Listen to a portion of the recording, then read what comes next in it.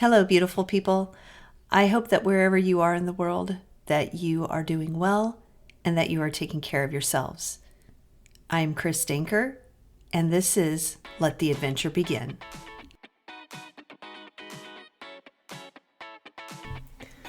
Let the Adventure Begin with Chris Danker podcast. Hello, and welcome to episode 139. It is time for some spring cleaning. But I'm not talking about changing out your clothes in your closet from winter to spring. I'm not talking about doing a deep clean in your house. I'm not talking about cleaning the windows and all that jazz, although you could if you wanted to. No, I'm talking about a different kind of deep cleaning, and it was actually inspired by an email that I got from Ryan Holiday. Yes, Ryan and I email each other quite often. That's what it sounded like. But no, I subscribed to his email list, and this was an email that came almost 2 weeks ago, and it's called How I'm Decluttering My Life This Spring.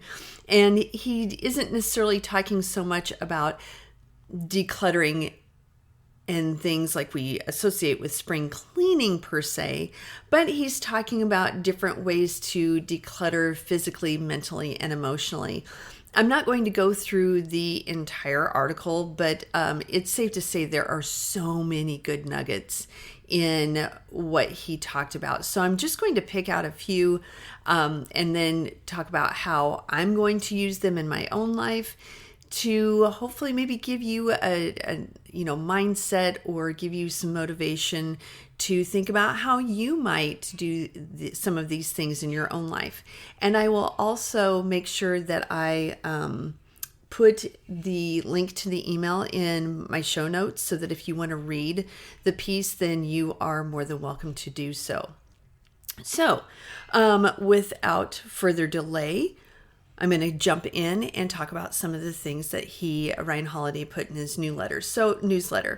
So one of the things he talked about in his list is to clean up your information diet. In programming, he says there's a saying, garbage in, garbage out. So it's kind of like what we allow in our lives is what we're going to put out in the universe. And so he asks questions like, where do you get your news? How much time do you spend on social media? And I really liked the question that, he asked about with those news sources and social media. He says, is it leaving you calmer or wiser? And if what you are reading is not giving you a sense of calm, or it's not giving you information that helps you to be more informed and wiser, then it's time to leave it. For example, I left X, formerly known as Twitter, a long time ago. It was toxic. It wasn't a good place for me. Likewise, I left Facebook for the same reason. It was way too toxic. The only social media I am currently on is on Instagram and Threads. That's it. As far as my news sources go, I spend time on the Associated Press app, AP. And it is the most in the middle, so it's probably the most unbiased news source out there, that they just pretty much just give you the facts. They don't lean liberal or conservative. They're right in the middle. So that is my news source. And I will spend, maybe 10 minutes a day checking out headlines, just making sure that I'm informed. So, when you think about your information diet, where do you go to get your news? How is it making you feel when you're done consuming news? And another example is that my husband and I will often watch 30 minutes of our local news. And then when it's the national news, we just shut the TV off, because we have found that no matter how much they try, they always, if you've ever watched national news, at the very end of the broadcast, they'll do a feel-good story, because it's kind of like hitting one great shot in golf. That one great shot will keep you in the loop and will make you want to come back for another round. So likewise with national news. They'll tell you one heartwarming, upbeat story, and you're like, yeah, I'm going to come back to this. And then when you have a chance to really reflect on it, the rest of the newscast was all doom and gloom. So you want to stay informed, but you also have to think about how you feel when you're done watching it. Likewise with scrolling on social media. How do you feel when you have spent time on social media? Does it make you feel better or worse? If it's worse, then maybe you need to detox and just move away from it. A second thing that Ryan Holiday talks about is destroy a doom box, DOOM. And doom stands for didn't organize, didn't organize, only moved, doom. So I think that's really interesting that a lot of times people will do that. They won't organize, they won't get rid of stuff, they'll just shift it from one place to another. Does that sound like you? If it does, it's time to organize. It's time to actually go through those things.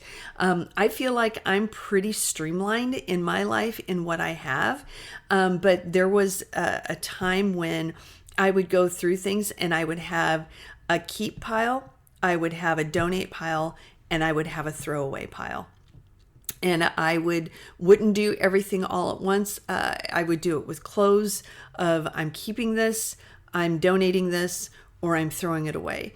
And I would spend maybe an hour at it when I had a lot of clothes to go through. Now I don't have to worry about that. I have what I have. They're my necessities. They're my all year long clothes. I don't have to shift from winter to spring clothes or spring to summer clothes and so on through the seasons. I've got it streamlined down to that point, but a lot of us don't. And so if we take it a little bit at a time, then we're not feeling so overwhelmed. So destroy a doom box. And when you have a box of stuff that you're like, I need to go through this, take that box, go through it, have your 3 piles, and then donate it. If that's the donate box, get it out of your house as soon as possible. Figure out where you're going to donate it ahead of time and get it there. Throw away what you're no longer going to use or can't be donated, and whatever you're keeping, make sure that you're using it. I like this one, limit what has access. He talks about the fact that we are way too reachable. And I really long for those days when I was growing up, when we had a landline and we didn't have an answering machine. I know, wild, right?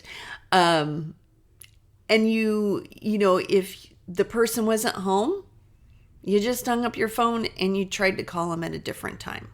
You didn't leave a message because you didn't have an answering machine. You couldn't text them. You couldn't reach them through email. Those were the days, man. It's kind of like when, when I would go out with my friends in the evening, I had a curfew. If our plans changed, I might call home and let my parents know, or I might not. I just got home when I was supposed to get home. And, it seems like we are way too reachable, way too accessible. And so, he talks about kind of getting rid of some of those ways to make us less reachable. And one of the things, and I don't know if I can honestly do it because I like it for other reasons. I have an Apple Watch. I love it for being able to track steps and being able to do some things with my Calm app or my mindfulness app that's on my watch, and things of that nature. But I don't necessarily like it for the fact that I will have different text messages pop up. Now, the nice thing is that I do have it set up so that I'm not, it's on do not disturb when I'm at my job. It just automatically starts when I'm at that location. And so only certain people that I've allowed that can still reach me. But still, it's one of those things that I'm like, do I use my watch in enough ways to warrant keeping it? Or would I be better off just getting rid of it? So I know that I toy with that. With my phone, when I'm with others or even in my job, I try to put it away, out of sight, out of mind, that I'm not tempted to check Instagram. I'm not tempted to just text someone out of the blue when, you know what, they might not want to be texted either. And so it's just, some of those things I think we really need to kind of think about what role it has in our life. And again, going back to thinking about, the news and social media, how, ask yourself the question, how reachable do I want to be? And like I said, I really, in some ways, long for those days when I was growing up, when we weren't reachable, that we didn't have really 24 access to each other. And another one that I like, and this is one that I've talked about before, is getting out in nature, getting outside as much as possible, whether it's going for a walk, a bike ride, sitting just outside for a period of time outside. We do not spend enough time outside. We spend time going from one building to another and aren't intentional about, spending time in the outdoors. And that's something that I know that I'm going to work hard at doing more often. I would like to say there are people out that, and I'm not disagreeing with this, that get outside and promote getting outside every single day, no matter what kind of weather it is. And that's what a goal that I'm going to be reaching for, and I'm going to take baby steps to get there. But getting out in nature, you can't go wrong with it. You just honestly can't. And the more time that we're outside, that we can clear our heads, get fresh air, and you just can't go wrong with Mother Nature. There are, obviously these aren't the only things on his list of decluttering for the spring, but I did want to share some of them with you for this week as we are starting spring in the Northern Hemisphere. For my friends in the Southern Hemisphere that have started fall or autumn, anytime there's a change of season is a good time to go through decluttering in our physical, emotional, and mental lives. And when we think about, what are the things that we are allowing in, there's a lot of great opportunities for growth, but sometimes too much of a good thing isn't a good thing. You know what I mean? So just wanted to put some of that out there. Like I said, I will put the article that Ryan Holiday wrote that was the inspiration for this week in the show notes so that you can give it a full read if you would like to. And until next week, I hope you let your adventure begin. Peace.